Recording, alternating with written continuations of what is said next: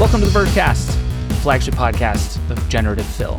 We're going to make 25 minutes of this podcast, and then we're going to click a button, and it's going to be 3 hours of this podcast. And that's what we're doing here. What you've all been asking for the whole time.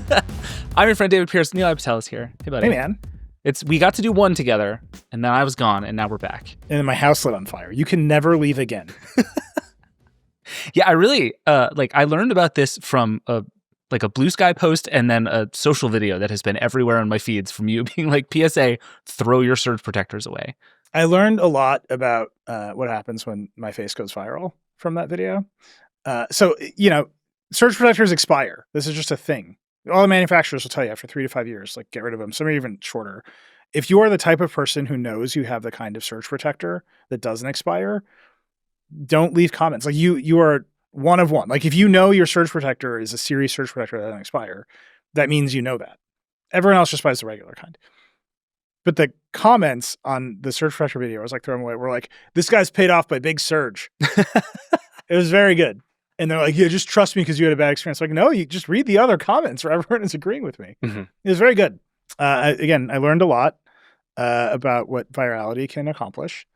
If one person got rid of some old surge protectors that expire, we've met our goal. I'm now looking at the surge protector that is like, all my stuff is plugged into one surge protector down here, and it is like old and dusty. And I'm just like, I always thought the space heater was going to be the thing that eventually burned my house down, and now I'm like, it's probably the surge protector. I heard a story from another person. Again, the people on TikTok and YouTube Shorts are going to say this all conspiracy. But another person that we know, that Becky and I know, was like, oh, my surge protector also exploded, but it did significantly more damage to my home. Yikes. So these stories are out there, man. It's not just me. This is not just chemtrails. If you do work for Big Surge and you want to whistleblow on Big Surge, get at us. Vergecast@theverge.com. It's just like, people see like exactly what they want to see in all things. And this one was like a perfect inkblot test for like, my surge protectors are made in the USA 20 years ago. They're never going bad. I'm like, I don't know, man. Good for you, I guess. Congratulations. That's really not the point I was trying to make. Yeah, fair enough. All right. Well, we have a bunch of stuff to do today. It's basically just a week full of AI stuff. This is like the world we live in. We have AI business to talk about. Adobe Max was this week, which is like all about AI. But first, I should mention right up top, Decoder is now a video podcast. This is the only time I will mention Decoder. Yeah. And it's very good on video, actually. And you should watch it because you get to watch Nilay make a lot of faces at rich people, which is the thing I enjoy most about it. Actually, it's the other people's faces that are very good. There are faces in both directions for sure. Just there's a version of Decoder that is just the reaction shots that might be a more compelling podcast.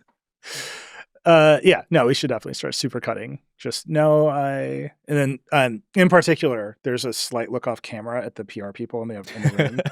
And when I see that, I know it's time. Like, Decoder is always Nilay versus media training, but when I see that slight off axis worry, it's like, sit up in the chair a little bit. Yeah, exactly. Also, thank you to everybody who's reached out about ad-free podcasts. We keep talking about this because people keep discovering it, and it is like the emails that I've gotten, the social posts from people who, my favorite is I keep hearing from people who are like, I keep instinctively skipping ahead to get through ads when you say we'll be right back, and then there's no ads, so I have to go back. Oh, that's really good. It's very funny. But go get the ad-free podcast if you're a Verge subscriber. If you're not a Verge subscriber, verge.com/subscribe. It's a good website. Make us ungovernable.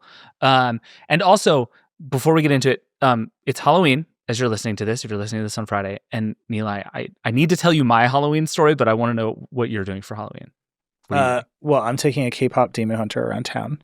Incredible. I assume that's going to be like the number one, like 5 to 15 Halloween costume this year. Oh yeah, my town is full of 7-year-old K-pop demon hunters. So is our staff, by the way. Hayden Field is dressing up as a K-pop demon hunter. She told me. I sent her a picture of Max's costume. She's like, me too. Yeah, that's what we're doing. We already had like the Halloween fun run and in this town. It was very cute.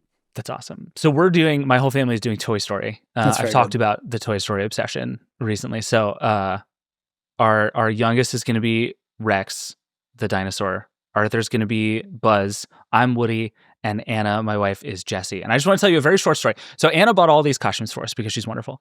And basically went on Amazon, searched, the name costume, and bought the first thing that came up that had good reviews.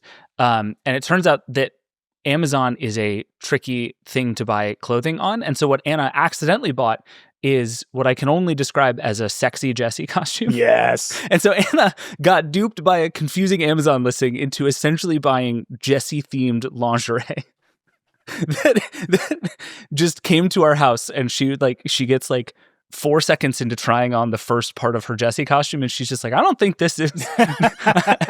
We're not going to the preschool Halloween party like this. Yeah, I have a 10 a.m. Halloween party on Friday. Like, I don't think we're going to be doing that. So it's a PSA to everybody. Like, look at all the pictures before you buy your Halloween. I was really hoping that you were the one who ended up with the sexy costume. I knew this was going to end with sexy costume. Yeah, and I'm disappointed it's not David got the sexy costume. Sexy Woody is just like, it's just sitting right there. You know what I mean?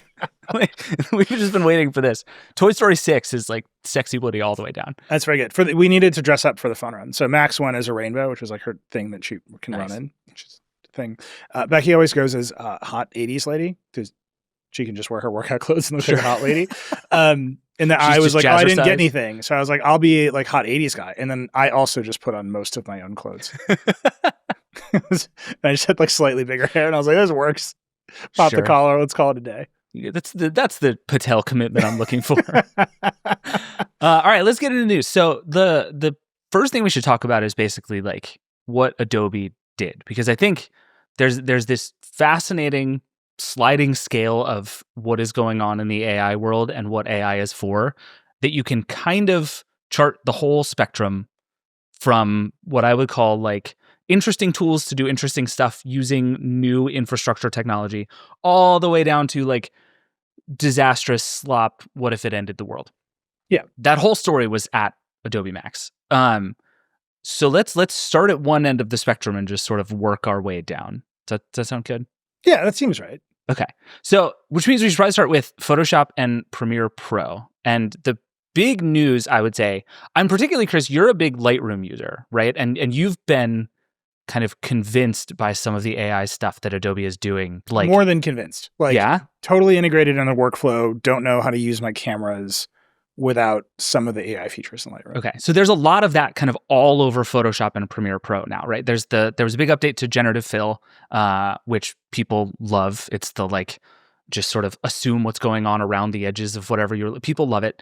There's a new thing that you can basically use all of Photoshop's features and menus just with AI prompts. Like, you can just sort of tell it what you want to do rather than going and finding the button for it, which I think is like just straightforwardly genius. Like, go use the app for me because I don't want to figure out how to find this one tool hidden 3 menus down. Terrific idea. There's a thing called assisted culling that is, it's a Lightroom feature, and it's supposedly gonna just go through all the photos that you took and find the ones that are like the sharpest and in the right color range, and sort of whittle the giant library down to just the ones you should actually pay attention to. Again, interesting, like simple feature stuff. There's a thing called layered image editing that is basically like when you do some of the other AI stuff, it tries to solve for the sort of downstream effects of it. Like, one of the examples that Jess Weatherbed gave in a story she wrote for us is if you move an object in a photo, which you can now do in Photoshop, just pick it up and move it pretty easily, it'll automatically reshape the shadows to make it make sense in the new place. So it's this like contextual awareness of the whole thing that makes AI just kind of work around it. As far as I can tell, this is the kind of stuff that is like, if not universally beloved and popular among the creative community, like pretty close to it. Yeah.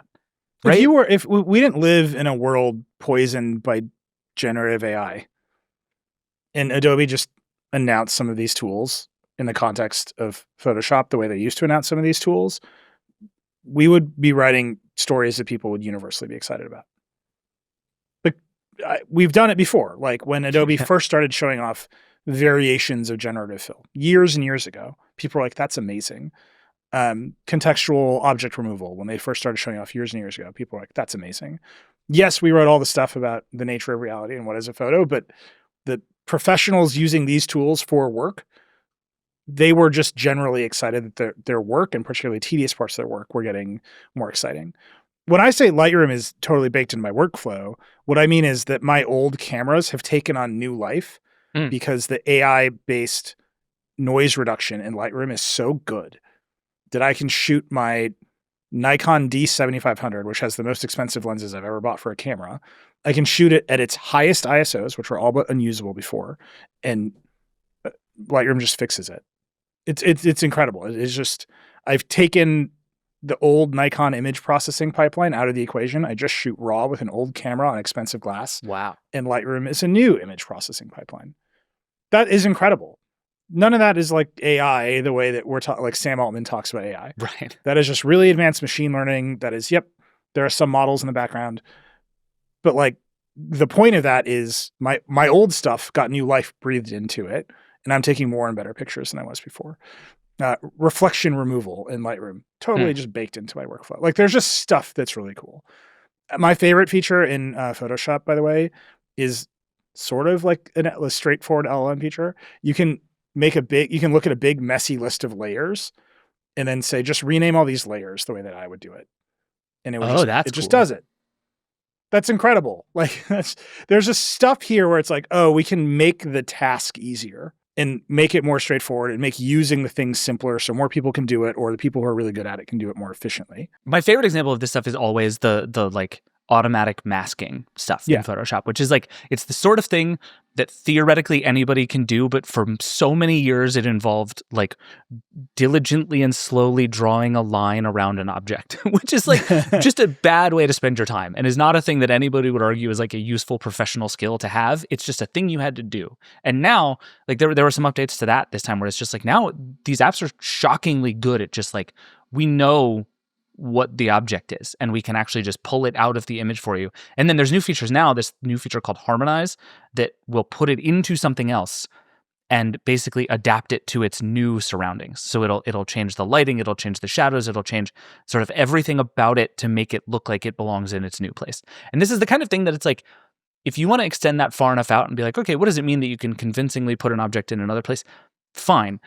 But this, like you said, this is the kind of stuff people are doing and have been doing professionally for a very long time. And this takes like a very tedious task that didn't need to be tedious and makes it not tedious. Yeah. And that's very powerful. I mean, and you know, your smartphone can, if you take a picture on your smartphone now and open it in Photos, Apple Photos or Google Photos, like both of them are like, we cut out the people. Right. Like Apple's own imaging pipeline and Google's own imaging pipeline have semantic awareness. Like this is the sky and that's the ocean and we'll make all the colors correct. And actually it's very funny because often when you shoot a pink sky, it's like, that's the sky and it makes it blue anyway.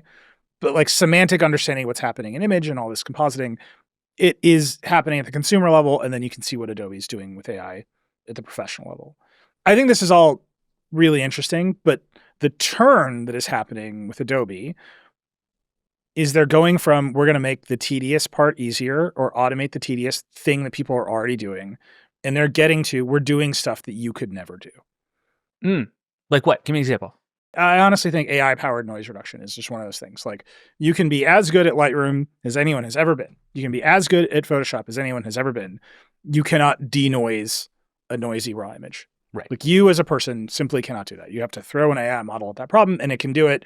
And like I said, I think it has revolutionized how I think about my cameras. Then in some of their AI audio tools, they're doing stuff that no human can possibly do. See, this is where I think we, like, if we're on the scale of like tools to slop, we're like, this is where we start to inch down the scale. We're still on the right side of the scale, but we're slowly inching down it. So there's like you were talking about, there's a bunch of new stuff in the Firefly app in particular that is like, you can generate a soundtrack out of nothing.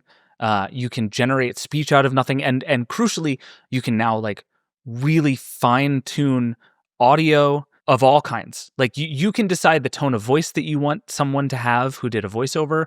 You can do unbelievable things with the audio that you've found. Like this is the thing you're like, what was it called? Project Clean Take? Is this the thing you were talking about? Yeah, we got to run this audio. I mean, you can be as good of an audio engineer as has ever existed in the world. You could not just take sounds out of the background the way that Adobe has made it possible with one click to take a sound out of the background. Let's just run the clip. I deliberately have not heard this clip. Travis, can you just play this? This next clip was an interview with my coworker, Matt. He was speaking outside of the Adobe Seattle office in front of the Fremont Bridge. And let me just play a few seconds. We're in the Fremont neighborhood of Seattle, where the Adobe office is located. And the cool thing about this office is where it's located. So you can obviously hear that bell. That's because this bridge is a drawbridge that was actually opening while he was talking about it. So what we can do using our new and updated source separation technology is to take the audio from the video and break it up into its individual components directly in the timeline. Well, that bell ringing was actually on the sound effects track, so I can just mute it. This is located. And the cool thing about this office is where it's located. It's between Lake Union and the Fremont Bridge behind me. That's just bananas. Okay, the no way is a little much, but that's still really cool. I mean, I like that they had to go outside and shoot that video exactly when the drawbridge was going up. And there's a part of me that says that Adobe rented a boat to go under the bridge exactly when they were shooting that video. Oh no, I like to think of it. It's like the opposite of when you're trying to shoot something, and every time you do it, somebody like fires up the leaf blower in the background. They're like, you just have to. Every time they're doing it, they're like, "Oh damn it, the drawbridge didn't go. We have to do it again." So contrived, and you can't hear it perfectly. And I don't know how much clipping is actually happening, because usually when you do some of that AI stem separation, there's like some weird clipping and some weird artifacts that occur. But you couldn't do that. No, you could not do that before to rescue that audio. And there's a part of me that says, those are the capabilities the next generation of creators will lean into. There's stuff we simply could not do before that we can do now. I can take an old camera and make it new again. I can take unusable audio that I shot anywhere on location with all kinds of stuff happening in the background and make it usable. Even on our podcast here at The Verge, like I know our audio engineers get horrible audio from some of our sources. Yes. For the number of tech CEOs I interviewed on Decoder, the number of tech companies that cannot make a podcast recording work, like the number of voice memos on your iPhone backup recordings we have published coming from CEOs is much higher than you think. And we just kind of rescue them with these tools. That is incredible. Like I honestly think that stuff is incredible. It makes me more excited about just AI in general than the slop factory. But the slop factory just keeps coming for the ride. It does. And you can see it like in their earnings this quarter. Like the slop factory is winning. The slop factory is where everybody very clearly thinks the money is. And this is a good way into we're just running down this scale with Adobe products. The next thing, which I think is like dead center of this scale, and I'm curious how it makes you feel, is the new AI assistant in Adobe Express, which is basically it's Adobe's simpler image editing tool. It's their Canva. It's like Photoshop for babies. It's it's their Canva.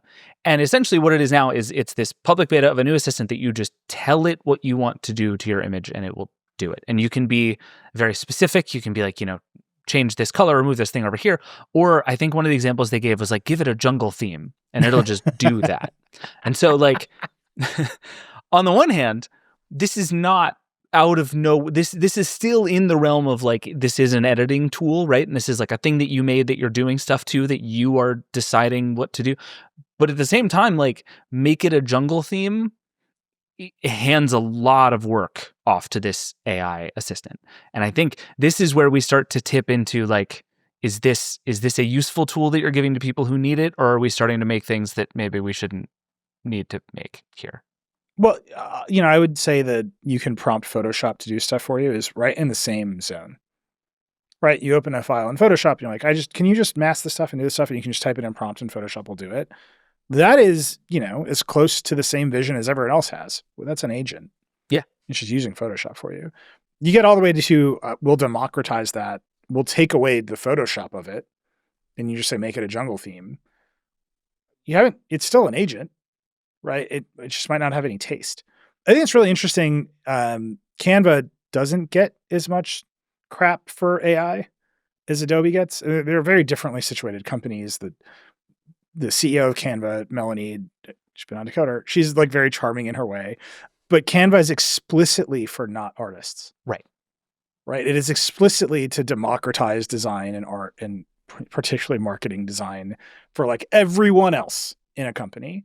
And so when they automate stuff and when they make it easier to use AI to prompt Canva, like they don't face the same backlash because their audience is already not doing it. And they all compete and maybe they're going to run into each other. But Adobe's audience, like that's who it's for. Right. And so I think this stuff just feels more threatening. Well, yeah. And I think what's strange for Adobe is like its audience actually large. Like Express is not sort of a Adobe class leading product. Like that's where Adobe is playing catch up to this other generation of things that came along. Whereas like there are people who've been using Photoshop professionally for literal decades, right? And so that's where you're going to find people with much stronger opinions about everything. Whereas Express, you get the sense Adobe feels just utterly free to do whatever it wants. It does. I think again we're on this like spectrum of slop, and like, oh no, the marketing people will make more Twitter ads more quickly with an AI tool. It's just like doesn't, whatever, man. You know, like like that's to me is not the problem. The problem is when you start automating both the production and the distribution of it, and then the platforms are like, this is the future, which is very much the sort of next two turns we're going to talk about here. Yep. We just dive headlong into that with this thing called Project Moonlight. And if I'm understanding Project Moonlight correctly, it basically, it is a sort of holistic social planner for you in that it will look at your various assets that you have in Creative Cloud. It will look at your existing social channels, and then it will just make things for you. You just say like, here is what I have done in the past. Here's some stuff. And it will just design a whole slop factory of social media stuff for you. I think we have a clip of them explaining this too. Let's just play this real fast. Here's a sneak peek at something we call Project Moonlight. It's an AI assistant that acts like a social strategist for you. I'm going to go ahead and ask Project Moonlight to help me brainstorm some fun post ideas that I can do with these images of my dog Bosco. So you can see those idea cards coming in super quick. Let's take a look. So I have 3 different ideas, from Bosco's birthday bash to Life with a Shiba and Sunbeam Snoozer. You can even see in the Bosco birthday bash, it's suggesting an Instagram carousel, the content and caption. I love this idea. Let's dive a little deeper. So I'm going to go ahead and ask Project Moonlight for some more suggestions. I want to make this Instagram carousel a little bit more visually interesting. So we have ideas from speech bubbles saying another year closer to world domination coming from Bosco's mouth. That's super funny. We're even getting this kind of best strategy to incorporate this Bosco post, like keeping it authentic and fun. Maybe mention how Bosco fits into your creative life. You know, he definitely sleeps in my design studio when I'm designing. And the doodle overlay openers would be perfect. This sucks. Like there's something that just dies inside of me when she laughs at another year closer to world domination, which is just objectively not funny. Yeah, we've trained our AI model on millennial cringe, and now it can do that as much as anyone has ever done it. Here's what I'll say. There's a reason I wanted to start with Adobe. I think Adobe is a criminally undercovered company. And so we spend a lot of time covering Adobe. Jess Weatherbed on our team in particular spends a lot of time covering Adobe.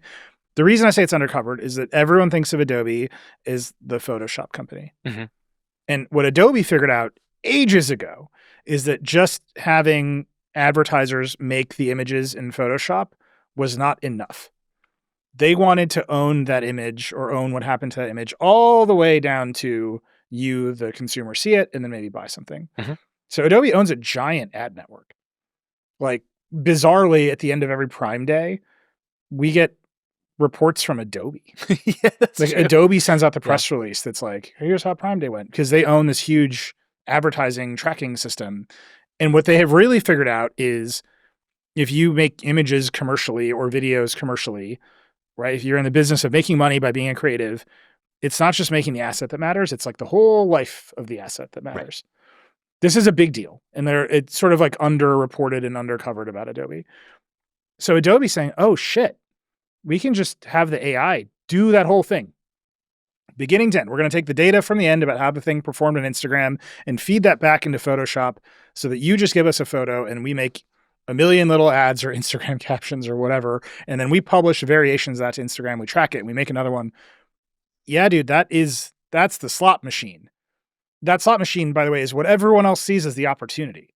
Yeah, I was just about to say this. What you just described is the exact business plan of a number of other very large companies that we cover. Like, that's what Meta is doing with ads, especially, but increasingly also with just content all over Facebook. It's what YouTube seems to be running rapidly towards. Like this idea of, oh, we can own the whole stack and then we can just do it for you. And all you do is press the do it button and then and just assume that this stuff will happen at such scale that it'll work anyway, that like I think the underpinning theory of so much of this is like the internet is so big and there is so much opportunity that your stuff doesn't have to be that good. We will just spray it so efficiently around the internet that the volume will outweigh the quality and you will get paid. And because you don't see any of it, you'll never see any of your ads. You'll never see how they look in context. It all just happens in the background and money pours into your account. And what a perfect, terrific creative outcome that would be. There's a quote from Zuckerberg a few months ago where he's like, the future of Meta is you give us some money and we generate you some business results. Yeah. And what he means by that is you give us some money and maybe a picture of your product and we will just generate ads until you sell as many products as you told us you want to sell. Yeah. And that is fine. Like in one sense, it's already Meta's business model, right? Like you pay them to target some ads and then you make some money and you can direct sell as much stuff as you want. Sure. The part where you take all the creatives out of the loop and Meta's just generating infinite creative to the point where NVIDIA gives demos of we'll just 3D model the shampoo for you. We'll never even take a photo of the shampoo bottle. We'll just generate the shampoo bottle and then generate the ads around it. That stuff is wild. And I look at Adobe here and I'm like, oh, it's very cool that you do the denoise in Lightroom. Very cool. But their business model is create the image, distribute the image, track the image, help you make money. And they're like, we're going to automate that. And things like Project Moonlight are as clear of a statement of how they want it to go as anyone. I think the challenge, and I think the really interesting next turn of the social internet, is all the social platforms are like, we don't need Adobe for that. We'll just do it ourselves.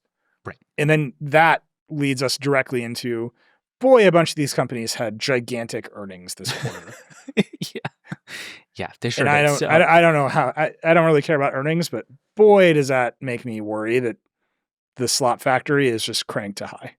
Yeah. I mean, the two that really jumped out to me on this front were Meta, which had like a weird earnings call because they took some giant stock hit that I'm not interested in or care about. But I mean, Mark Zuckerberg just like got on the earnings call and was basically like, we think the next era of Facebook is AI generated content. Like just in as many words, that's what it is. And I think I keep wanting to draw this line between like, it's fine if we're going to do this for ads, right? Like a perfectly efficient advertising system that doesn't involve good creative is like fine, right? Like I don't know that affects me in a huge way. And the fact that all these companies spent all this time saying perfectly targeted, really great ads are actually good for users and are now onto this is just like, thank you for admitting the thing you told me for 20 years was a lie, Mark Zuckerberg. But it's like, I'm tempted to leave that to the side and be like, the actual problem is when we're pointing these tools at like people doing creative expression sort of for its own sake. But then I look at TikTok and all of that is the same thing, right? Like half the TikTok videos I see are ads. And so it's like all of this stuff is just running directly at each other. And it's like, okay, if everybody's trying to sell me something, what is the difference? And does that line between somebody doing art and somebody doing ads even exist on these platforms anymore? And I think the platforms think it doesn't. All right. Well, my hottest take is that the creator economy is about to implode.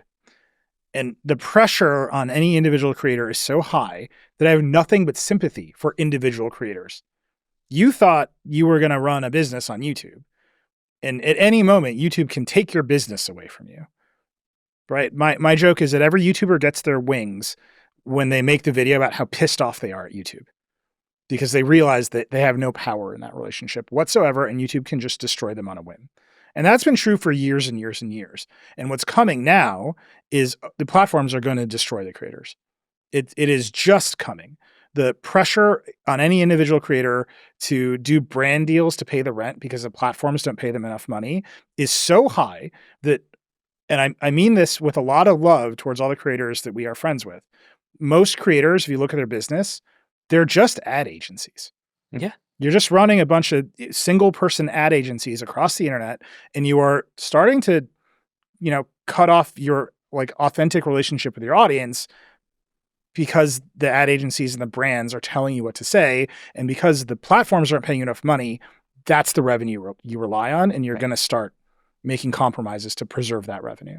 That's bad. And increasingly, there's no other move. And there's no other move. Right. And we hear it from creators over and over and over again. And the brands and the companies are so aggressive that they are starting to turn the screws ever tighter. Like I have heard a million stories that are like, we'll give you this product in exchange for a good review, and that's how you're going to get your brand deal. Right. Millions of these stories everywhere. Again, I have nothing but sympathy for like the individual creators. I just see the pressure across that market broadly. So that's bad. Then you add in the pressure of, well, what if you don't need a creator? What if YouTube can just make a synthetic creator who will say whatever you want and generate millions of clips of this fake creator saying that your camera is the best, and then you can just pay to put that on everyone's feeds? Right. Which is the promise that these companies are making to these companies about their AI advertising tools. We will make you infinite creative, infinitely targeted, and deliver you business results. Well, that sucks. Right? The pressure on the creator rates is going to be incredible once that happens. Yeah. So that's one more pressure. Well, and then as a creator, you're forced to play that exact same game, right? Because you're like, well, now what I need to do is run a perfectly efficient content targeting business, or else literally no one's ever going to see my videos. Or I need to play to the algorithm even more to build a channel big enough so I can generate these results, which means I'm going to be even less authentic and do whatever the algorithm says. Mr. Beast. But then the algorithm is now flooded with AI content made by the platforms at massive scale because they think that will keep people more engaged than their creator content. So you see the pressure from the individual creator standpoint is the platforms have never paid enough money. Your standard per view rate on YouTube or TikTok or whatever has never been worth a damn. The pressure to cave to like marketer demands for your sponsorship deals is higher than ever, but those rates are going to drop because the AI influencers are coming for those dollars. And then to get a big enough audience, you have to compete in the algorithm with AI content generated by the platforms itself. That is all a mess. And I just see that pressure on the whole creator economy, and it feels very bad. And again, I'm not like on an individual basis, every creator is making the right choices. They're rationally responding to a bunch of pressure that they face. But we are not part of that economy. We don't do that stuff. And so we can just step outside of it and say, boy, the creator economy as it is currently composed is about to implode under the triple pressures of AI. Yeah. Like Zuckerberg is not being shy about it. We have a clip from him from the earnings call where he's just straight up like, I'm going to dump a bunch of AI slop on you. We should just run the clip. Social media has gone through two eras so far. First was when all content was from friends, family, and accounts that you followed directly. The second was when we added all of the creator content. Now, as AI makes it easier to create and remix content, we're going to add yet another huge corpus of content on top of those. The thing he says, essentially over and over, that he doesn't say there but clearly believes, is that third thing will just wipe out all of the first and second, and that's okay. Well, there's only so many people in the world, Mark. And they only have so much time in the day. So just supply and demand dictates. If you add much more content to the feeds, the attention will be taken from something else. Yeah. I know where the attention will be taken from, because you're not paying friends, family, and the elementary school parents group. You're paying the creators. You're going to take the money away from the creators with your, universe of your corpus. You're going to take the money away from the creators with your corpus of AI content. By the way, whenever anybody opens Instagram, I know what their thinking is. I can't wait to access a third corpus of content. I've been meaning to get a new corpus. But what I think is interesting about that, and this is like, we should talk about this big YouTube reorganization that I think you're really interested in too, is the platform bet is that it won't cost the platform anything, right? Like I think there's a certain feeling that I have as a user that like at the end of the process you just described, not only is there nothing left on those platforms for creators, there's nothing left for me except like AI generated ads. And you don't get any sense that any of these platforms fear that outcome at all. In fact, they're organizing themselves around making it happen more quickly. Yeah. I can't tell if that's just because they don't have any taste. Like I can tell it's because Mark Zuckerberg doesn't have any taste. You can look at Zuck's like t-shirts and his like UFC phase and his haircut, and you can be like, I can maybe identify taste here. But you can't tell me what Zuck likes.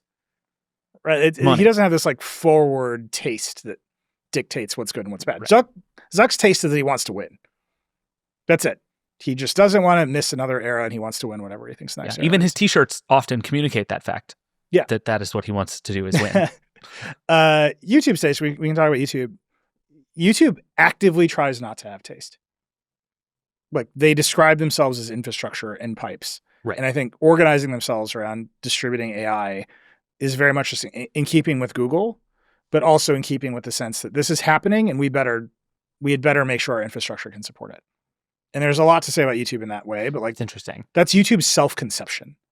So whether or not the people who run YouTube have a whole bunch of like individual taste, sort of secondary to the fact that they constantly describe themselves as infrastructure.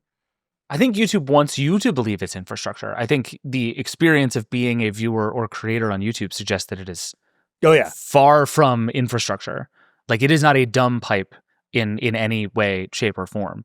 But it desperately wants you to think that it is. And I think, like you talk about Adobe as a company that gets undercovered. I think YouTube gets vastly undercovered. Yeah. For that reason, because YouTube is like, we're just a website people post videos on. Like, what do you mean? But the now only website people post videos. Right.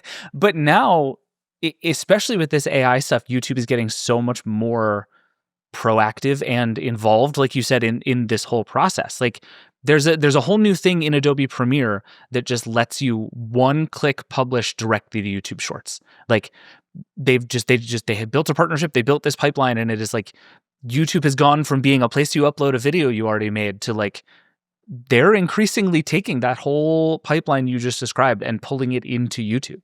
And that changes what that platform is. And when it's AI, you can just do it because there's nothing else there. You make whatever you want inside of the YouTube Studio app and you're good to go. Why do I keep saying the creator economy is going to implode? Because there's some analysis of Google's earnings this quarter that suggests YouTube Shorts now makes more money than YouTube proper. That's bad. That's bad news for the creator economy, right? The way YouTube Shorts is monetized is vastly different than the way traditional YouTube is monetized. Second, YouTube Shorts, just like TikTok or Instagram Reels, not built on a follow model. So to the extent that any creator owned an audience on YouTube by having lots of followers and notifications, all that goes out the window when it's just algorithmic swiping content. And maybe you'll get some followers, but probably you won't. Like the vast majority of people who see your stuff are not going to be your followers. This is a huge problem. Yep. And then you're like, and then we can flood that algorithm with AI content generated directly by marketers in Adobe Premiere. All that's bad.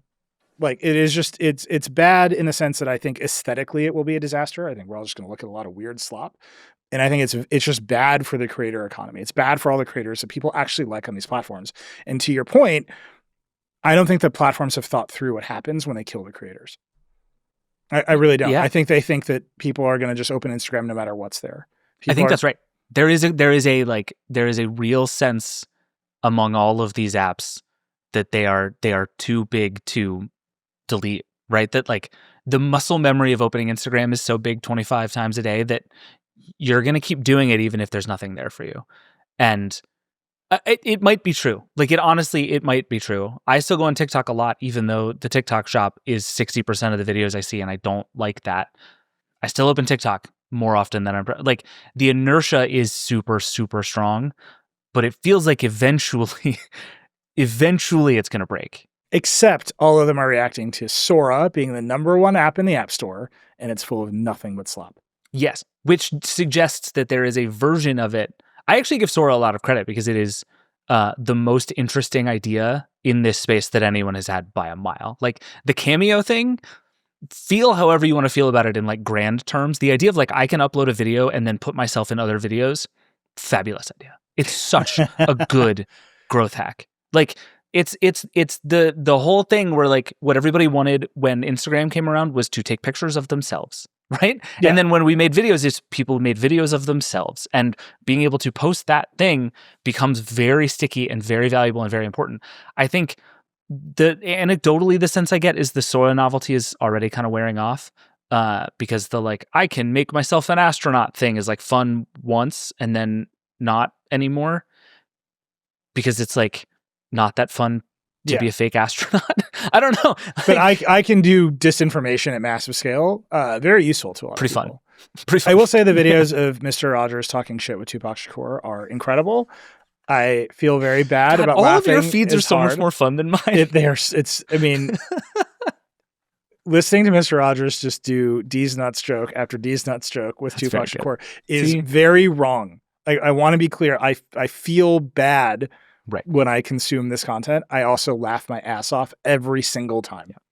And it's bad for the world and very funny. Like it's like both of those things can be true. It's you know when you don't know because you're a goody two shoes. You know when you smoke your first cigarette in like 8th grade?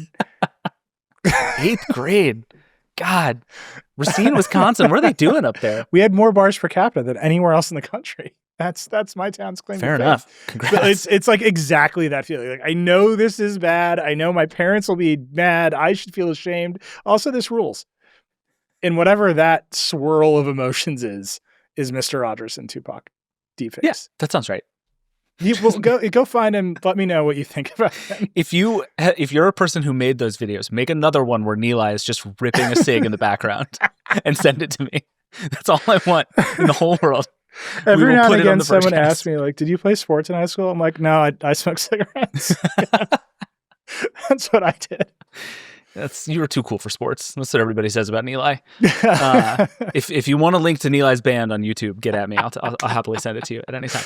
All right. Well, so the reason underneath all of this is money. Yeah. And at least at this moment, there is a whole lot of money in saying AI out loud on earnings calls. And there's a particular version of the money story that I think we should tell here. But first, I think we should take a break, and then we're going to come back, and we're going to talk about OpenAI and the swirling trillions of dollars in all of this. We'll be right back.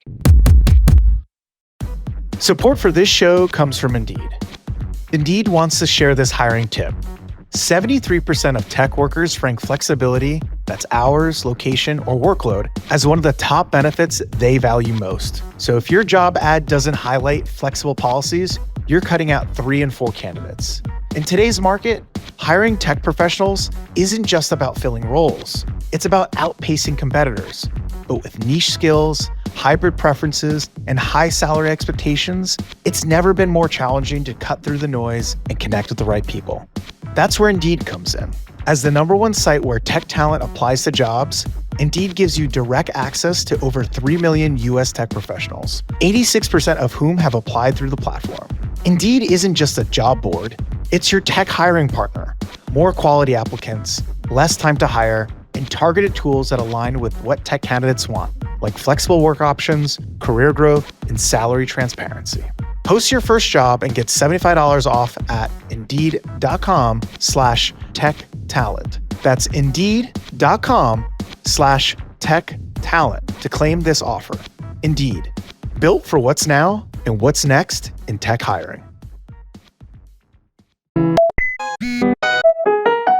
What I want you to know upon return is that I played a number of Mr. Rogers and Tupac clips for David, and now David is broken. This is how am I supposed to podcast now?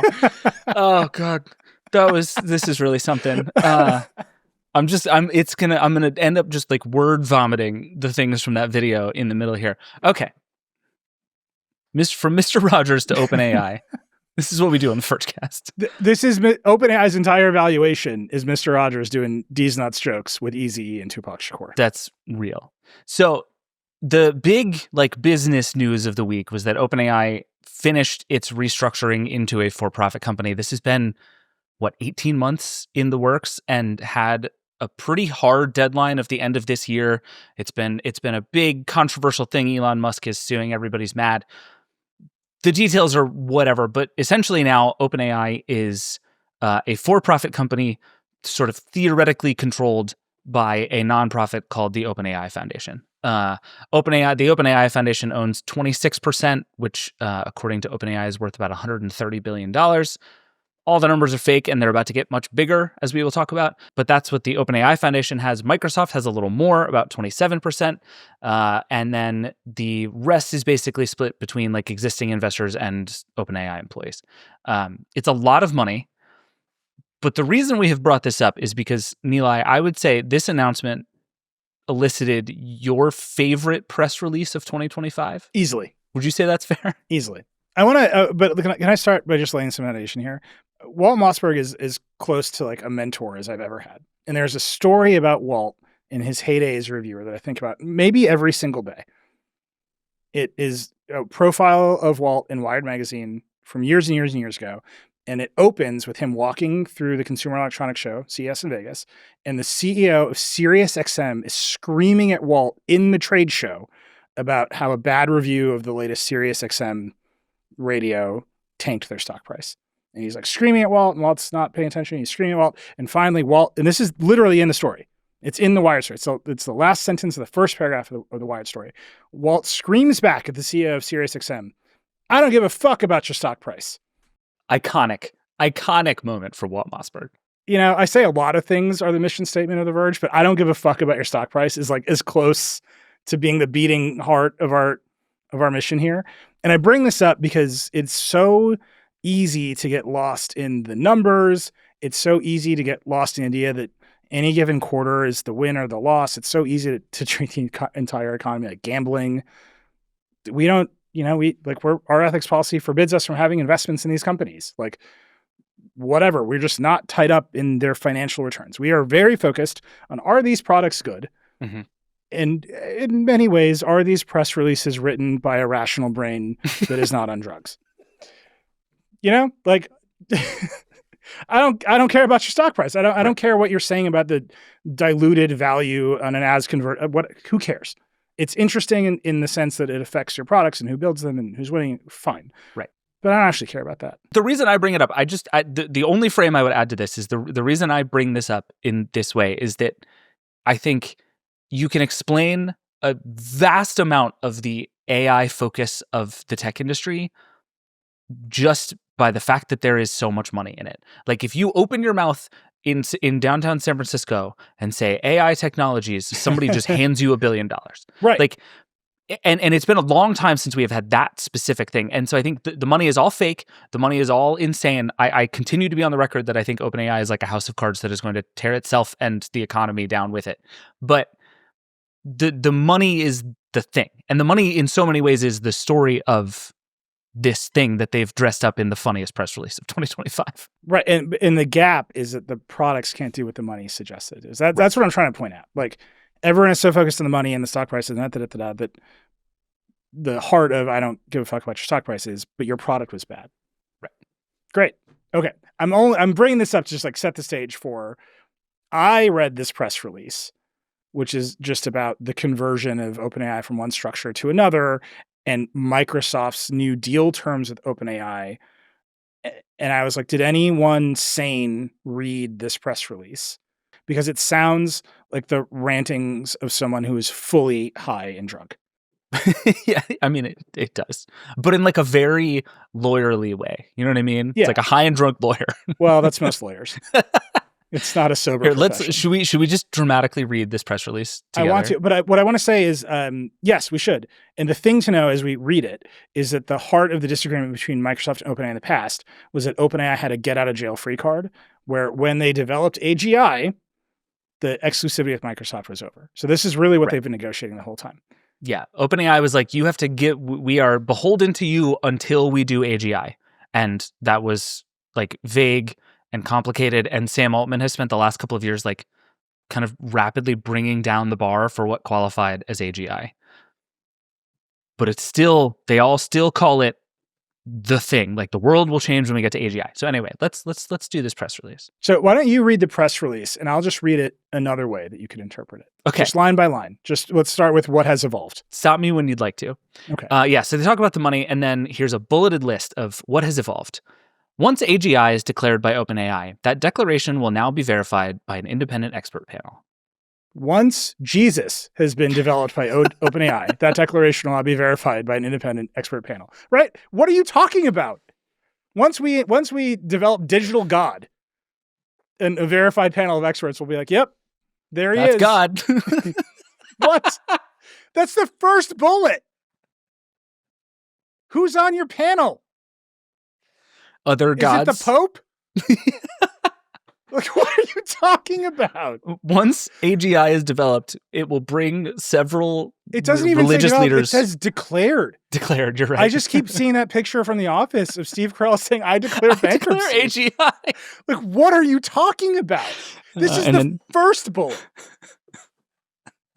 Wait, oh man, okay. So it's Sam Altman standing up saying, "I declare AGI," and then Satya Nadella just off to the side going, "You can't just say that and expect something to happen." Right? He's like, okay, call the Pope and the Dalai Lama. You know, like who else is cool? Like, should we invite Bella Hadid? What are you talking? Like, how is this the first bullet? And I know that this is the first bullet because in the minds of the people who crafted this press release, the verification by an independent expert panel is the win. Right. Because they didn't have that before. That's the thing they've clawed back from OpenAI. Right. You can't just declare AGI. All right. That's the first one. That's the first one. Okay. Number 2. Microsoft's IP rights for both models and products are extended through 2032 and now include models post-AGI with appropriate safety guardrails. Microsoft's IP rights for both models and products are extended through 2032 and now include models post-Jesus with appropriate safety guardrails. What? Like, oh, good. I'm glad that we have appropriate safety guardrails after we've invented digital God. Once technology has subsumed us all. What are the appropriate safety guardrails for the post-AGI models? Like, are you just going to be like, no, you're very powerful, Vishnu, but I don't think you should destroy the world. Like, there's just a button that says, like, please don't do that. This is the second bullet point, and it's you just look at it, you're like, this is nonsense. Like, what are the appropriate safety guardrails? Also, through 2032 and now models post-AGI. So you've already sort of said, we don't think there's going to be AGI by 2032. Right? Our IP rights for models and products extended through 2032 and now include models post-AGI. So somewhere in this time frame is Sam Altman standing up and saying, I declare we've made digital God. I think Microsoft thinks that's about to happen really soon. And they're like, he thinks that's his get out of jail free card, and we're going to make sure that it's not. I'm just saying these are the first 2 bullets, and both of them require OpenAI to say that they've achieved the singularity, like in a real way. Here's an even better version of the timeline. Microsoft's IP rights to research, defined as the confidential methods used in the development of models and systems, will remain until either the expert panel verifies AGI or through 2030, whichever is first. So not only are we doing God, we're doing God in the next 5 years. Yeah, whichever's first. Whichever's first. By the way, the expert panel has to get called in and verify AGI on this timeline. So let's say Sam Altman declares that he's developed digital God in, I don't know, mid 2029. You got to get the Pope, the Dalai Lama, whoever else, Melania, whoever are you going to throw on your panel and be like, is this digital God? You've got 6 months to decide. Who of the 2 of us do you think would be a fairer panelist on the AGI verification panel? I mean, your dad's a minister. I feel like, you can phone a friend. What does that God think of this? Or is it, did they do the same? Do you know him? Does this seem familiar? Yeah, exactly. He's making a lot of AI slop. That doesn't, WWJD? It's just, okay, fine. Here's a free idea. Somebody make WWAGID bracelets and I will wear them. Like a Livestrong bracelet for AGI. Yeah, like a sort of rope braided bracelet. Yeah, you're going to kill on the streets of San Francisco. Okay, and then there's a bunch of stuff about research IP, and it's essentially like all Microsoft gets to do whatever it wants. It's the ones you should read are Microsoft can independently pursue AGI, and Microsoft uses IP to develop AGI. Yeah, so, okay, well, one we have to do is Microsoft's IP rights now exclude OpenAI's consumer hardware. So. Sure. Johnny Ives. I'm going to guess Microsoft gave that one up pretty easily. Like, it's the one where you're just like, sure, you can have this win so that I can get all the stuff that I actually want. Like, yeah. Also, Microsoft is like, when we do consumer hardware, everyone around it dies. Yeah. Like, that's just a barren wasteland of ideas. Okay, let's see. Except for the mice. The mice are very good. Couple more here that we should get to. Here's one. This is maybe the most matter-of-fact, delightful one of all of them. Microsoft can now independently pursue AGI alone or in partnership with third parties. Microsoft can now independently pursue Jesus alone or in partnership with third parties. Sure. Sure. Microsoft's walk with Christ is now its own.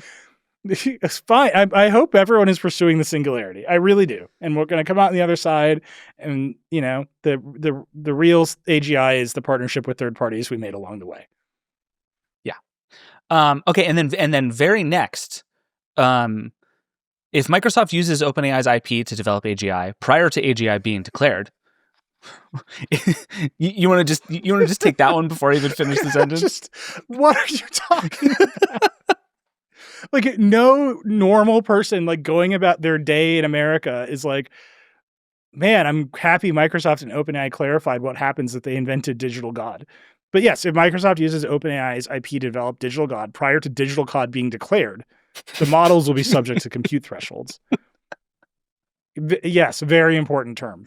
Digital God only gets one GPU. Can't wait for the meeting after the Dalai Lama declares that Sam Altman has developed Digital God, being like, all right, we've got to subject everyone to compute thresholds. How many NVIDIA racks do you get for Digital God? Okay, and then two associated ones here. The revenue share agreement remains until the expert panel verifies AGI, though payments will be made over a longer period of time, which is Microsoft's way of saying you are going to continue to give us a tremendous amount of money no matter what happens. And then another way of saying exactly that, OpenAI has contracted to purchase an incremental $250 billion of Azure services, and Microsoft will no longer have a right of first refusal to be OpenAI's compute provider, which is to say OpenAI wrote us a $250 billion IOU. In exchange, it can go write other people IOUs. Yep. For Digital God. Sure. All of this is fine. They needed to restructure the company. And if I'm doing the business analyst stuff, I'm like, Microsoft got a bunch of commitments that they will preserve the agreement in a way that makes them money until OpenAI decides that it's achieved its mission, which is to develop AGI. Right. And then you're like, okay, but if I look at what they're saying, it's we will invent Digital God and the revenue share will take place over a longer period of time. And you're just what? I mean, I think you're right that there's one way to read this that is a high and drunk lawyer. There's also another way to read this that is so deeply, spectacularly, eye-rollingly cynical about this whole thing, where they're like, this is a Microsoft person being like, these clowns think they know what they're doing, and we're just like, oh, AGI, great job. We're so proud of you and your AGI. That's so cool. Oh yeah, Nadella totally took Altman for a ride here. Again, if you want to do winners and losers and stock prices, yes, right? That's how I would read this. That I don't think LLM technology is presently deployed. You can do it. But then these are some of the richest companies in the world. And they put out this press release totally straightforwardly, totally seriously, to be like, we've done it. We've run this by the attorneys general of both California and Delaware, and they approved our plan that is all basically this deal until Sam Altman declares AGI and an expert panel verifies that it's true. And you're like, that really turns on what Sam Altman thinks AGI is, first of all. But second of all, it depends on him convincing that his definition is the one this expert panel should use. And no one has told us who's on this panel or who gets to appoint them. Right. This is all just silly. This is just silly talk to pump up these valuations. It is kind of just nothing.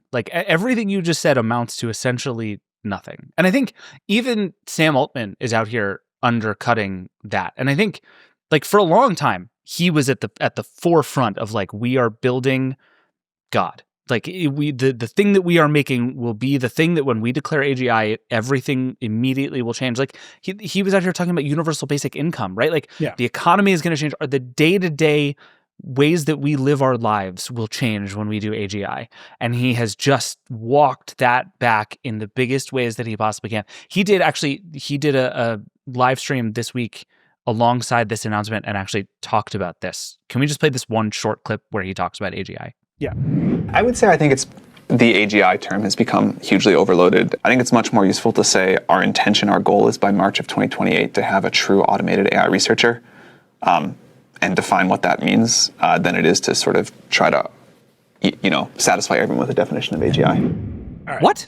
So he said this maybe an hour after Microsoft released that press release saying that their deal terms change when Sam Altman declares AGI, and the time limit on that is 2030. So who do you think has overloaded the term AGI, Sam? Yeah, right. It's not me. But I think the difference between artificial general intelligence and truly automated AI researcher is so vast. And he says, even in the sentence, he says a true automated AI researcher, and define what that means. So even we're in this phase of like, oh, I've come up with a much less interesting word for what this thing is that we're building. And we're not going to define that yet until 2028. Like the meaningless buzzword count is just absolutely off the charts with all of this stuff. Right. But again, just this bonkers press release. Microsoft has the IP rights to research that will remain until either the expert panel verifies AGI or through 2030, whichever is first. And Sam is saying in 2028, we'll have an automated researcher. So that gives him another 2-year window to have a panel verify that he's made digital God.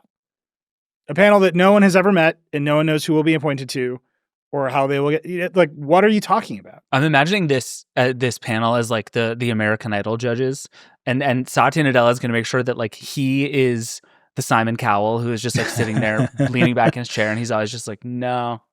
What's the BoJack Horseman celebrities? Do they know anything? What do they know? Let's find out. Like, that's the AGI panel. Yes. Yeah. And as long as you have the one person who Satya's going to just like slip him 100 every time to just be like, no, that's not it. Yeah, you're not very smart at all, actually. I don't think the answer is not 42. Like, doesn't seem like God. I'm just saying, like, this press release, until the expert panel verifies AGI or through 2030, whichever is first. Those are words in a press release that OpenAI and Microsoft put out together.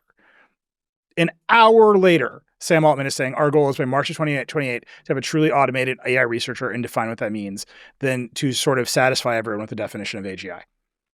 So he's already lost, right? I mean, the implication is that an expert panel could potentially validate the existence of AGI before 2030. You wouldn't put in a term that says one or the other, whichever is first, right? Unless you thought either one was likely. And then Sam's like, no, it's not likely. Yeah. I mean, I do think a lesson he seems to be learning pretty quickly is the dangers of being overhyped, right? And like, even as we've gone through the sort of GPT levels, he has started to be louder and louder about like, you shouldn't expect the leap from 4 to 5 to be the same as the leap from 3 to 4 was. Like, this stuff is not linear. It's not just magically going to get vastly better forever. And yet at the same time, if you're Sam Altman or Dario Amodei at Anthropic or Sundar Pichai or any of these people, you have to be out there in earnings calls talking about how this is going to change everything that you do. And I mean, Amazon goes out and lays off 14,000 people and is blaming AI for doing it. And I think there are lots of reads of that, but one thing that happens when you do that is you fire a bunch of people who say AI is going to change the way that we do everything, and the stock price goes up.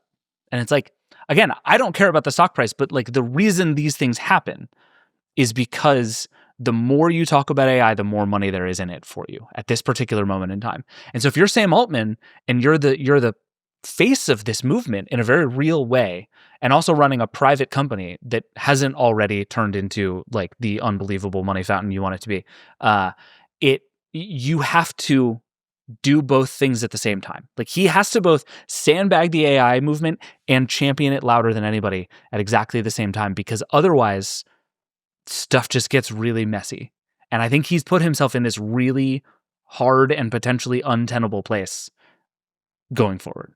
Oh, I mean, I talk to finance people who are like, yep, there's two economies. There's what everyone else feels, which is there are layoffs and the economy's in tatters and their tariffs have made prices high. And then there's the NVIDIA economy, right? Yep. There are two economies. And they're like, the entire AI economy will fall apart if OpenAI doesn't pull it off. And then I'm like, what does pull it off mean? And they're like, we don't know yet. Well, yeah. And now OpenAI is, Reuters had a report this week that OpenAI is already starting to talk to people about $1 trillion IPO, which would be one of the biggest ever. Like, it only works if it keeps getting this much bigger. But ironically, it can only keep getting this much bigger if there isn't some spectacular disappointment coming, right? Like, if Sam Altman is like, I've made God, and it's not God, The bubble bursts like that. Well, we have, again, the expert panel will verify. If Simon Cowell tells me it's God. I would love to hear it. You tell me. This is like, it's so funny they said an expert panel will verify it without even a whiff of how you might compose such a panel. Email us. You call us, whatever it is. Tell us, let's say it's 5 people. 5 is a good number, right? That's the number of voice judges, I believe. That's how I'm going with it. Did you tell us who you think those 5 people should be? Like, do you think Blake Shelton should be on the panel that verifies CGI? Like, who is it? Who would you put on it? Because you can't just be other AI researchers. Yeah. That immediately invalidates the claim that an expert panel has verified AGI. Right? A bunch of the world's best drunks have verified that you made whiskey is like not a thing that you can do. You have to have like people outside of the industry say, okay, this big claim, the singularity, this is oh God, what's the Contact when Jodie Foster's like should have sent a poet? Like who's the poet? Right? Like give me your list. What's the number? 866 Verge11, Vergecast at theverge.com.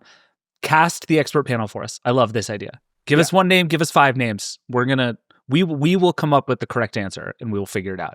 I will point out, somebody who spent a lot of time in Chicago, the Pope is from Chicago, and having Chicago Pope verify that Sam Altman made digital cheeses is like very funny to me.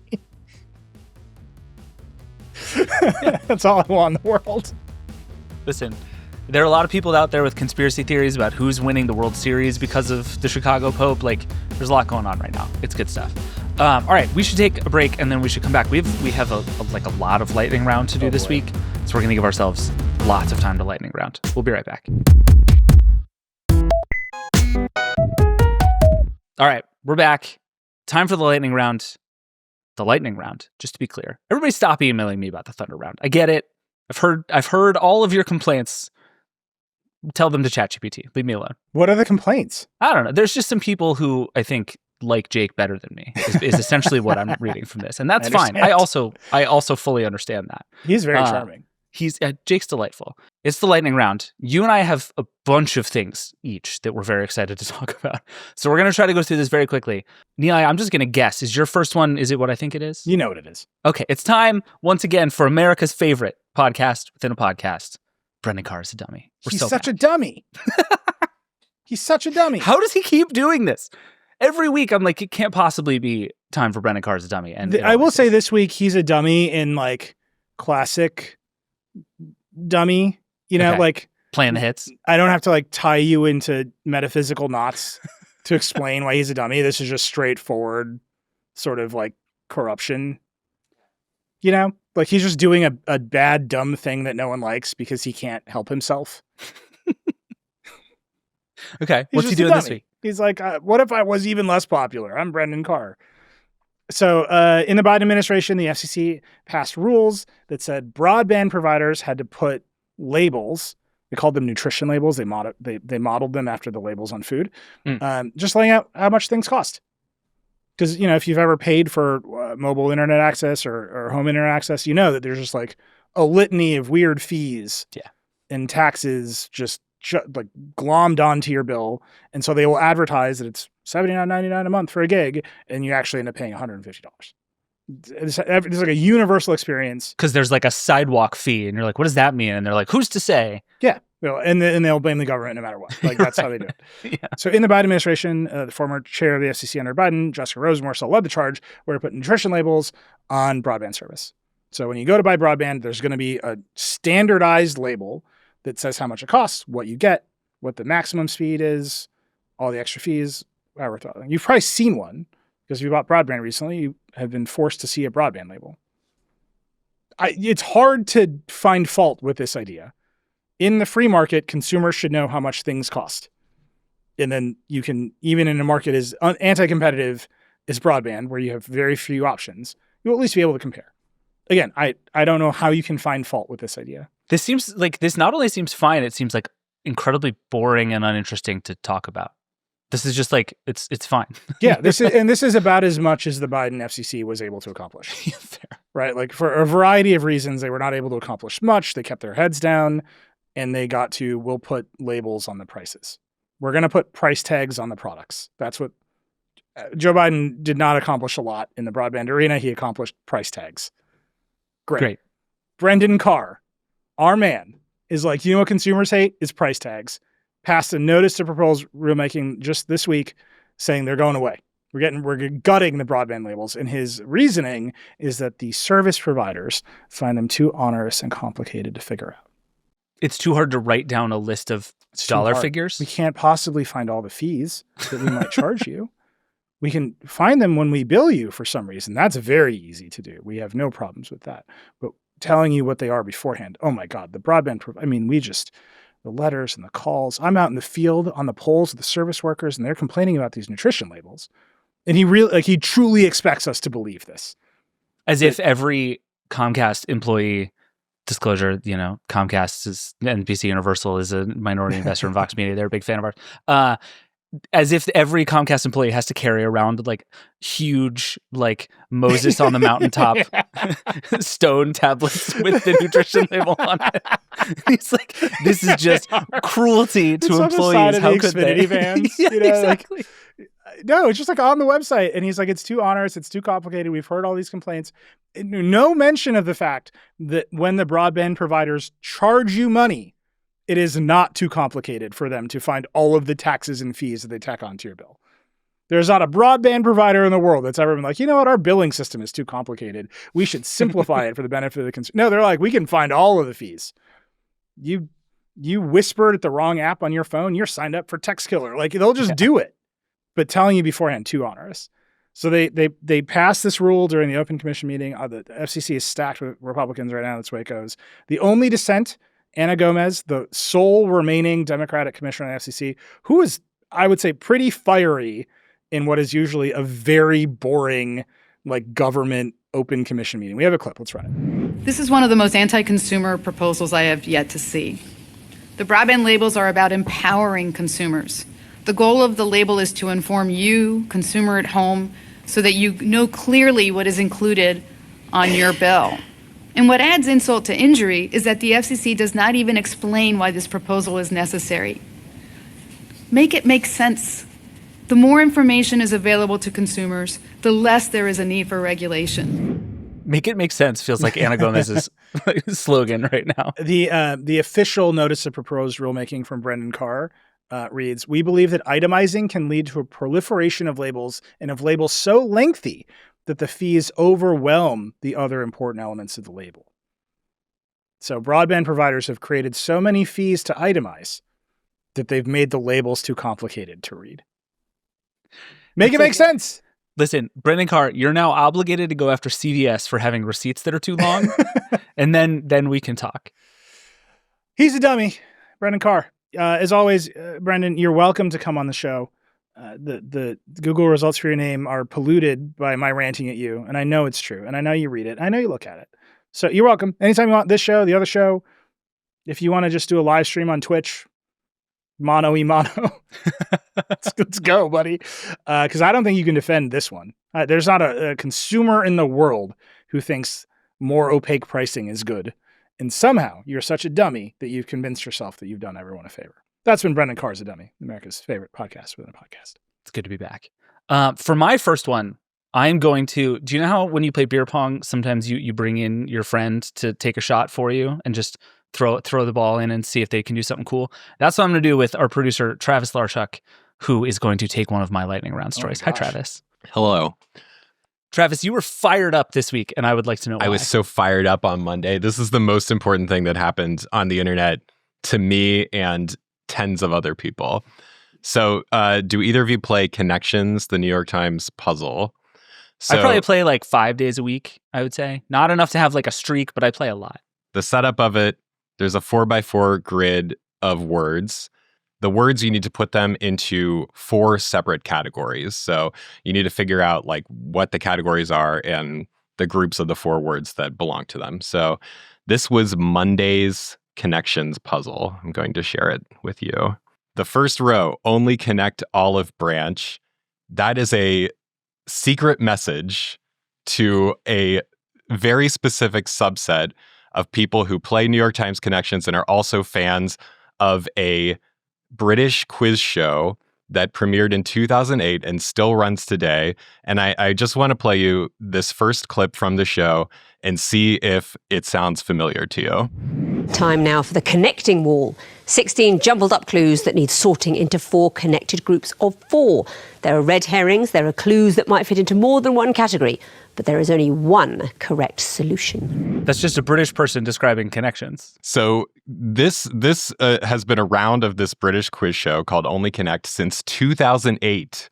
2008 has been essentially the same game that the New York Times launched in 2023 with no credit, no acknowledgement, and they have been very sure to say that this was developed independently. Meanwhile, the day after it launched, the host of the show, who we just heard from, Victoria Coren Mitchell, tweeted at the puzzle editor, "Do you know that this has been a TV show in the UK since 2008? It's so similar, I guess you must." So I believe that what this message on Monday, this olive branch, is responding to was that about a month ago on Only Connect, they finally acknowledged the existence of connections on the show, and Victoria said this. Have you played Connections, the New York Times game? I mean, I must say, obviously I would say this because it's just our format. Do you not find it annoyingly weak? Like, the connections don't really hold. I'm good at it now because I figured out where they cheat and we think, oh, that'll do. Do you not find that frustrating? Yeah, it's definitely inferior. Absolutely. Yeah. It is inferior. You can say any shit you want if you have a British accent. Yes. I believe her 100%. I reached out to the New York Times for comment. They have not responded to my email. I just love it that you can dunk on someone. They made our thing for stupid people, but if you have a British accent, you're like, it's inferior, and it's like, fine. No wonder these people had an empire. That's all I'm saying. Anyway, it's very good. I love that for you, Travis. Thank you. Did you get connections that day? Oh, for sure. I did not, and it was very upsetting. And I assumed, so I was first alerted to this because Travis posted something on Blue Sky, like being mad at connections. It turns out it was about this, and that the New York Times is finally tacitly acknowledging that it ripped off this superior British game. I then went and just failed connections because all of the connections were weak and stupid and didn't make any sense, and raged to Travis, assuming that he had also failed connections. But I guess he didn't. I've failed connections one time, and my stats are still 99% success rate.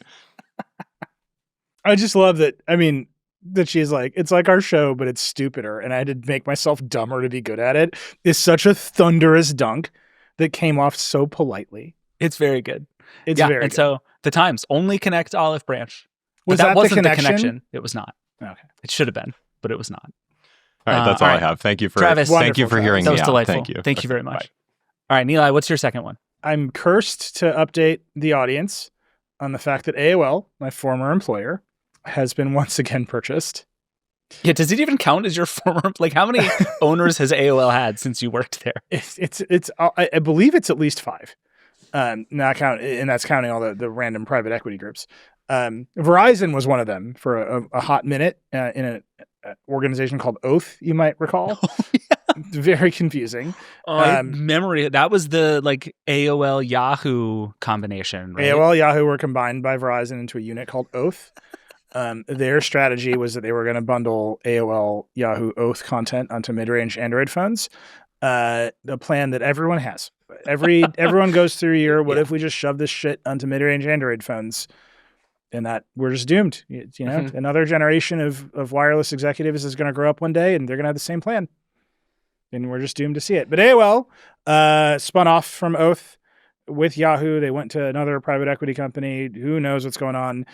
They were owned by Apollo Global Management as of 2021.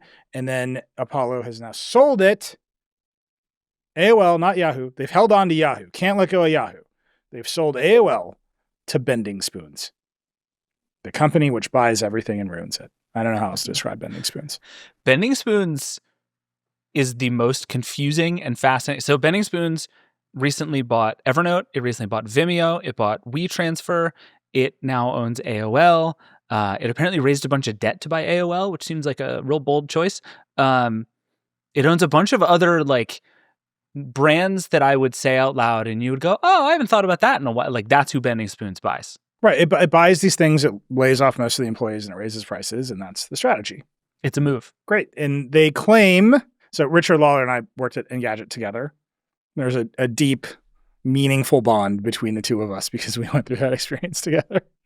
And so we were reading the press release, and we got to this line. Bending Spoons has never sold an acquired business and will continue to serve AOL's large, loyal customer base for many years to come.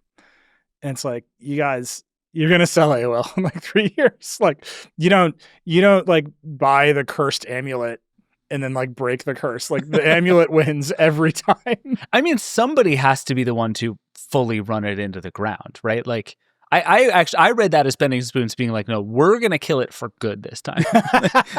It's full dead by the time we're finished with it.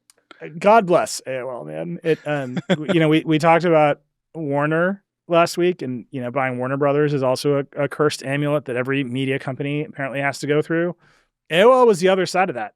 They're the original zombie owner of Time Warner. Yeah, that's right. And it just hasn't been great since that happened. Good luck. No, by the way, sure the CEO of Bending Spoons is named Luca Ferrari, which is objectively the best name in history. Good luck, Luca. That's a real person's name? CEO of Bending Spoons, Luca Ferrari. Never mind, I'm in. AOL is going to be a huge success. This is going to go super great. I love this for everybody. It's just a lot, man. Can I interest you in a Trump phone update? Yes. I don't have one for Can you you. interest me? No, I don't. I've been in the market for several years. So it is now, as you're listening to this or watching it, it is the last day of October. The Trump phone does not exist. Trump Mobile first launched in June with big promises about service launching and then a phone, the T1 phone, which we had a lot of questions about at the time because all it appeared to be was a bad, ugly render of a gold phone with camera lenses that were weirdly spaced. And it was supposed to be coming in September. September comes and goes, and between June and September, the only thing that happens is all mentions of September were just removed from the website. it was like later this year. It still says later this year. What phone the Trump phone has changed. Now you can get several other Trump phones, including a refurbished iPhone 14 or 15. Sure. Which the Trump Mobile folks will happily tell you is brought to life right here in the USA. Oh, I see. So if you refurbish a 2-year-old phone that was originally made in China, it's now made in the United States. I like to think of it as like they fished it out of a lake and just like dried it off with a hairdryer, put it in some rice, and it came back to life. And they're like, we did it right here in the USA. Only $629. But yeah, so it is now the end of October, which means we are now a full month late on the Trump phone, and there has been just absolutely no sign of the thing. The second Trump administration is full of a lot of bombastic promises that don't come to anything. There's a ceasefire in the Middle East. Did you know that? It's a lot of that. No one learned from doing this the first time that this is how it goes. Like, we covered Foxconn every day because he said there was going to be an LCD factory in my hometown, and it just never was going to happen. And we were like, it's not happening. And we did it every day. If Vergecast listeners will remember, he announced randomly at the beginning of COVID that Google was going to build a website to let people find testing. I think he said thousands of engineers were working on it. Yeah. Google did not know that they were doing this until Donald Trump announced it. And then we tracked it every single week. Like, it just didn't occur. And we're doing it again at scale with him. And the Trump phone is like a little example of this, or bigger ones. The Trump phone is particularly, like, I ended up on CNBC the day the Trump phone was announced to discuss whether or not phone manufacturing could return to the United States. And I was just like, guys, what are you talking about? It can't and it won't. And there was like, some conversation about whether I was but like, here we are, and we're refurbishing the iPhone 14 here in the good old US of A. And it's like, yeah, you can just hold them to their promises. You can just say, did you make a phone? And so now every week, David, I believe we're going to just ask the question, does the Trump phone exist? Because it is as clear of an example of what the Trump administration, both the first one and this one, are like. Yep. They just say stuff. Yep. Dominic Preston on our team and I have both willingly signed up to send the same email basically every 7 days to an email address that I'm confident no one checks. That's basically just like, do we have is there a phone? I do know a lot of people pre-ordered the phone. Well, I know some people, at least one person pre-ordered the phone. Many of those people presumably as a bit. But Trump Mobile took their money. Like it's not like this is a fake website. Like people have paid money for this thing. And so despite all of the deep insanity of it, like they owe people a product. They owe the world a product. And a poorly refurbished old iPhone, A, doesn't count, and B, also doesn't exist right now. Like you can't buy anything from Trump Mobile. And this thing, we're going to keep tracking it. And we continue to get a mix of silence and no comments, and I will be bringing those to you once a week, presumably until it kills me. It is very funny that you have your own Foxconn dome here in Trump too, David. I'm excited about it. It's very rare that I am perfectly willing to call my shot on something being bullshit 4 minutes after it's announced. But I did that on our website, and I am very much enjoying how correct I have been in this whole thing. Nothing would make me happier than for me to be proven wrong on this. Like as a journalist, as a tech enthusiast, as somebody who has reviewed many smartphones in the past, I want nothing more than to hold the Trump T1 phone in my hand and try to figure out what the hell it is and if it's any good. It existing is so much more fun than it not existing, but it doesn't exist. And so here we are. Yeah. Okay. I've got one more. I was going to do the wonky metadata story that Jess wrote about C2PA and Sora, but the answer is that Meta doesn't care to tell you whether or not anything is AI. And I think we've run that to ground here on this episode of the Vergecast. There are lots of standards. No one is interested in any of them. Yeah. Meta doesn't want to tell you it's AI. They want to feed you slop until you die. Yep. Mark Zuckerberg experience. So I'm just going to read this headline from Andy Hawkins. Congratulations to the Tesla Cybertruck on its 10th recall in 2 years. That's a really good headline. It's very good. I will say we have a lot of debates at The Verge about headlines, and I don't think we always write the best headline. That's a great headline. It's very great job, good. Andy Hawkins. This one is just for the light bar that can detach while driving, which doesn't seem great. I will note that some of them have been for the wiper, the singular engineering achievement of the Cybertruck. But oh man, what a disaster that thing has been. I know some Cybertruck owners, they love it. Again, I will point you to Verge expat Zoe Schiffer's article in Wired recently, just interviewing Cybertruck owners, one of whom was a convicted Gen 6 guy.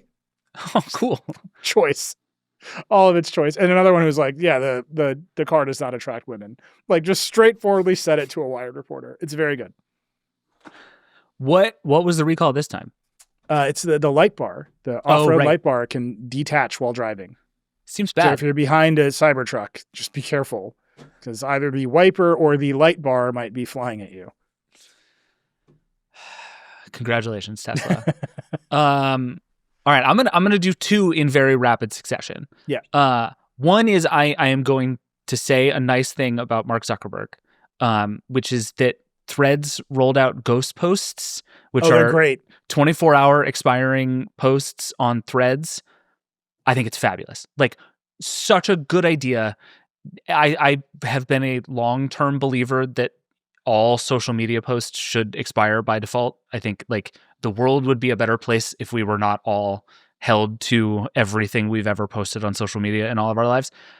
And this, it looks a little weird because it has like a sort of dotted. I know. I love the way it looks. It looks like you're whispering onto the platform. Oh, I like that. Okay. Thinking about it that way, I'm okay with it. Yeah.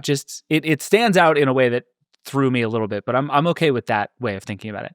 But this idea of like an expiring 24-hour post that if somebody replies to it or likes it, it goes to your DMs is such a like small twist on the way that we communicate on social media that I love. Yeah. And I think like this idea that actually if I'm going to post something and if you want to engage with it, we are going to engage with it, just the two of us, not in public in front of everybody, is actually such a healthier way to think about social media.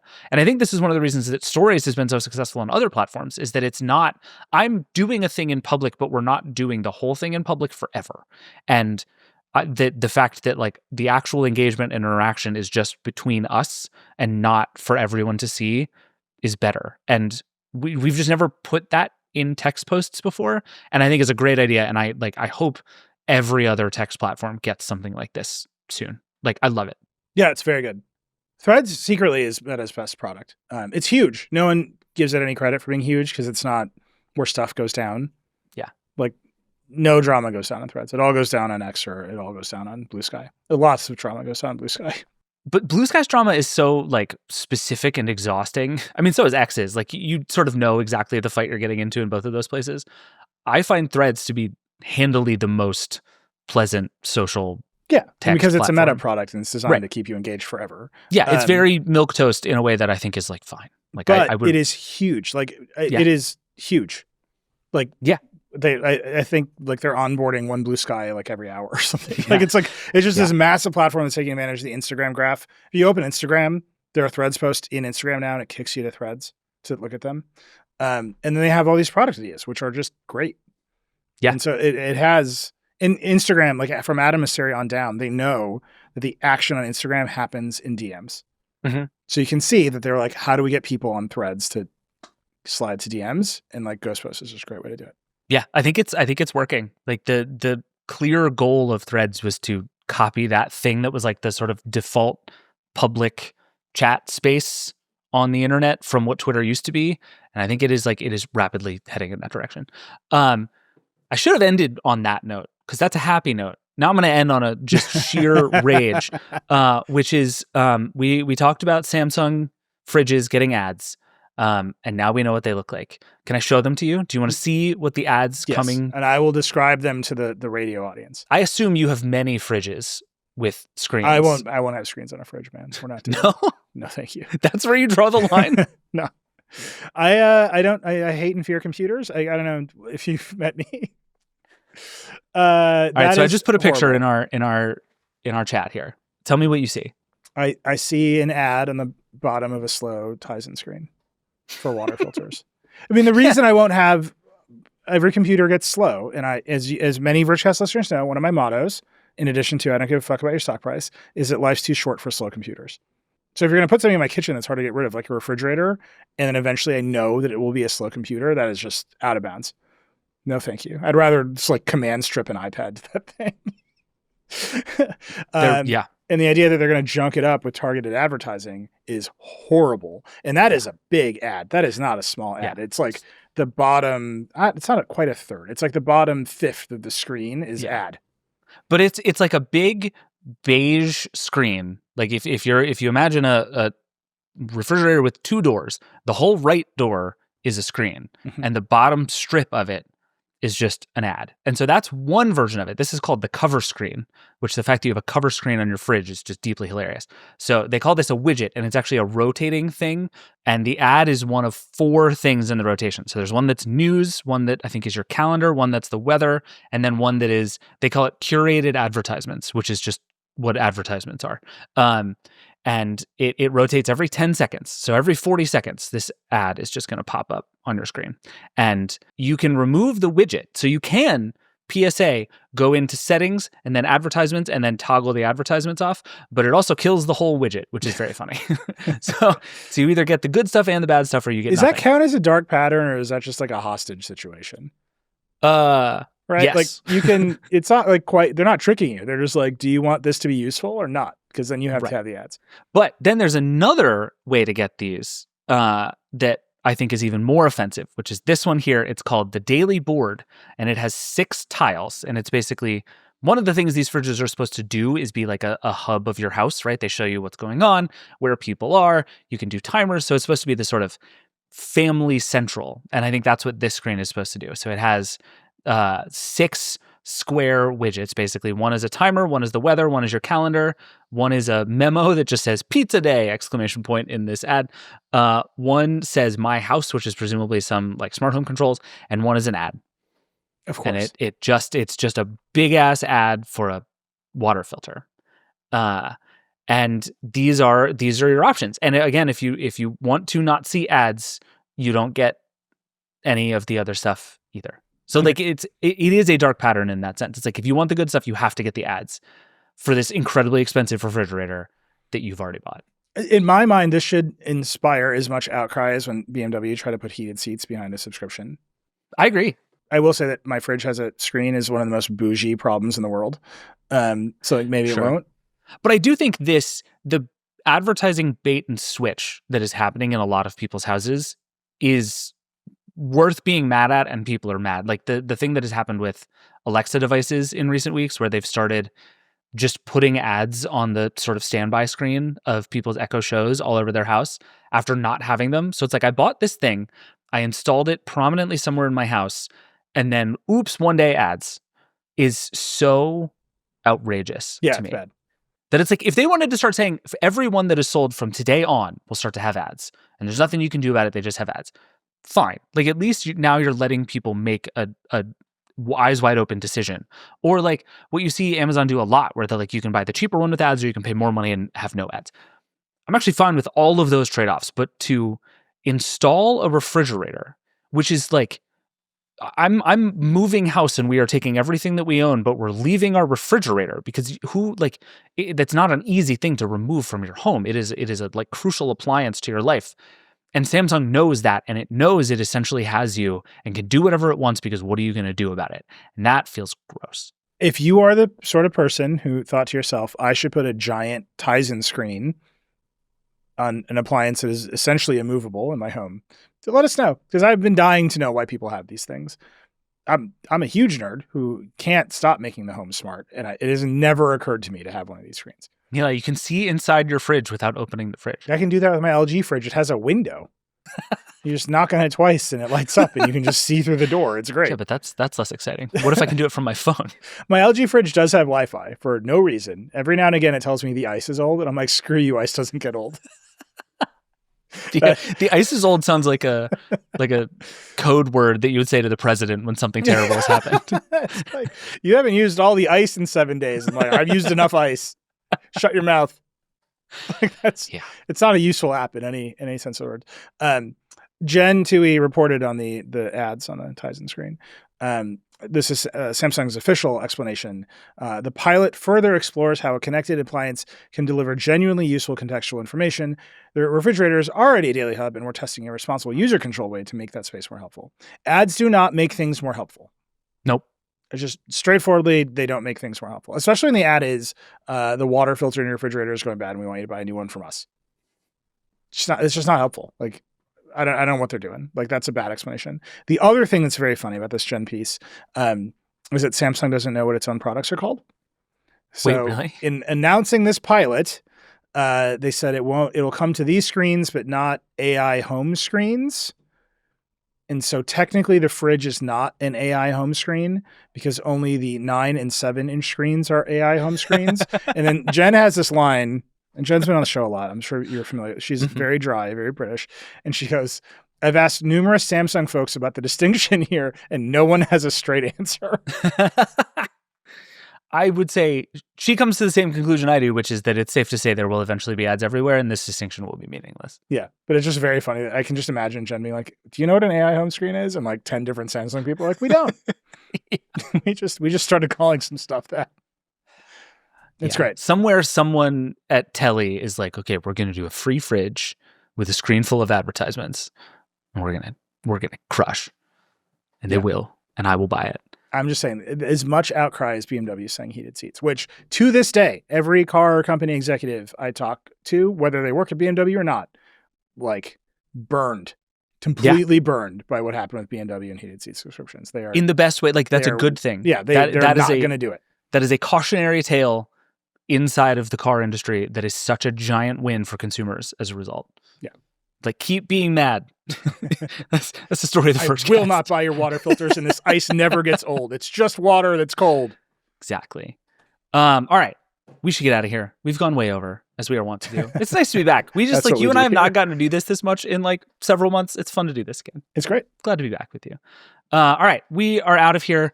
This Sunday, we have you and I on an episode of Version History about the Microsoft Zune. I'm very excited. I think if memory serves, this was the first episode of Version History that we made.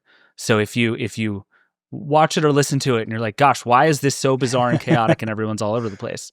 It was completely deliberate. Don't worry about it. Everything's fine. And then on Tuesday, actually, Jen is coming back on. We're going to do a big mega hotline of smart home questions. We're doing a 2-episode thing with Jen over the next 2 Tuesdays, all about smart home stuff. It's going to be very fun. In the meantime, remember to subscribe to The Verge. You can get this podcast and Decoder and Version History all ad-free. Go find Decoder on YouTube. All of our stuff is increasingly everywhere. Our goal is to make Nilay ubiquitous. Everywhere you go, you should see Nilay's face. This is what we're doing here. I'm very excited about it. Fine. And if you have questions, email us, vergecast@theverge.com. Call the hotline, 866-VERGE11. Tell us who should be on the panel. This is, if you take nothing away from this, tell us who should be on the AGI expert panel. Simon Cowell is my nominee, and you have to beat that to get on this panel. I was going to say Jennifer Lopez. Also pretty good. Honestly, anybody who has been through the American Idol school, that's what I'm saying, is ready for this. I believe in them. The voice, less so. American Idol is the training I'm looking for. All right, the Vergecast is a Verge production and part of the Vox Media Podcast Network. The show is produced by Eric Gomez, Brandon Kiefer, and Travis Larchuk. We will be back with so much stuff next week. We'll see you then. Nilay. Rock and roll.